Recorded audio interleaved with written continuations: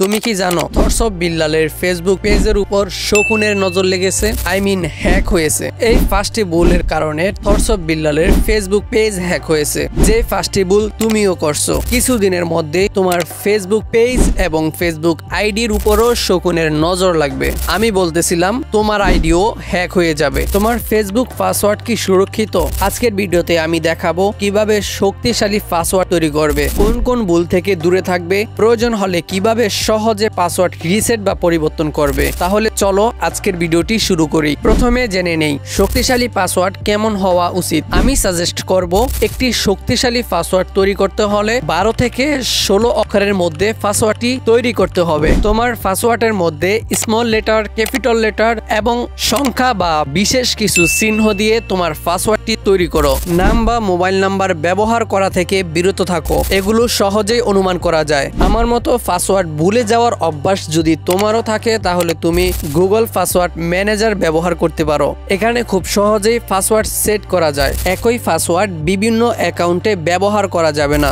সহজ সংখ্যা দিয়ে কখনোই পাসওয়ার্ড ব্যবহার করা যাবে না। যেমন ধরো 1 থেকে 6 পর্যন্ত, অথবা 6টি 0 অথবা 6টি 1, এরকম কখনোই করা যাবে না। তুমি যদি কোনো অচেনা ব্যক্তির কম্পিউটার বা মোবাইলে তোমার অ্যাকাউন্ট লগ ইন করে থাকো তাহলে কাজ শেষ হওয়ার সাথে সাথেই সেখান থেকে লগ আউট করে দাও এবং তোমার ফোন দিয়ে অথবা কম্পিউটার দিয়ে পাসওয়ার্ডটি চেঞ্জ করে দাও। ফেসবুকে 2 ফ্যাক্টর ভেরিফিকেশন চালু করে রাখো। কেউ যদি তোমার অ্যাকাউন্ট লগ ইন করে সাথে সাথেই তোমার কাছে নোটিফিকেশন চলে আসবে। উল্টাপাল্টা কোনো লিঙ্কেই ক্লিক করা যাবে না, যদিও সেটা 1000 টাকার ইনকাম করার লিঙ্ক হয়ে থাকে। এই ভিডিওর শেষে খুবই গুরুত্বপূর্ণ একটি সিক্রেট দেখানো হবে যা তুমি আগে কখনোই দেখোনি। বাকি কাজটুকু মোবাইল স্ক্রিনের মাধ্যমে দেখাবো। চলো যাই মোবাইল স্ক্রিনে। আমার ফেসবুক অ্যাপটি ওপেন করে দিলাম। 3 ডট আইকনে ক্লিক করব। এখান থেকে সেটিংসে ক্লিক করব। অ্যাকাউন্ট সেন্টারের উপর একটা ক্লিক করে দিব। 2 ফ্যাক্টর লেখা এখানে একটি ক্লিক করে দিব। দেন আইডিতে একটি ক্লিক করে দিব।